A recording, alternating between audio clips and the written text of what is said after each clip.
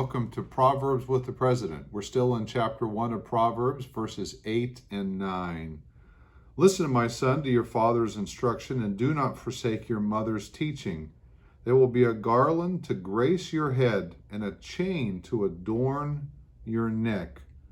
Oh, a father's instruction and a mother's teaching. Just a couple of thoughts. Each generation has a responsibility to pass their faith on to the next generation. But whether we realize it or not, whether we're doing it on purpose or not, we're still teaching the next generation, because it is our life that they look at as they grow up.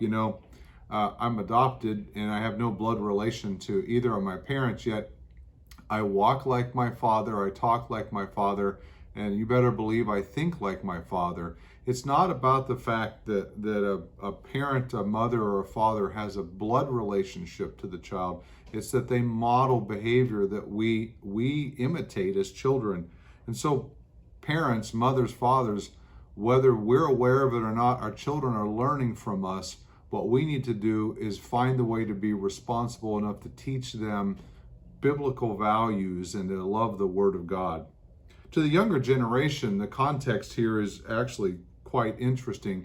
As the chapter goes on, it talks about that garland and that chain protecting us from falling into bad decisions, from making the wrong choices, from even being with the wrong crowd, as they say.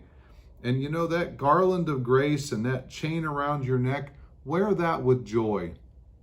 As my father and my mother's instruction have kept me from poor decisions all of my life, so will this instruction keep you from poor decisions.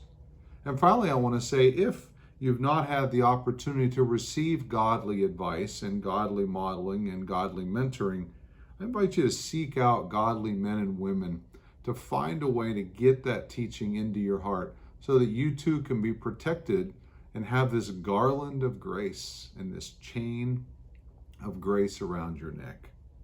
And with that, I would simply say, go Knights.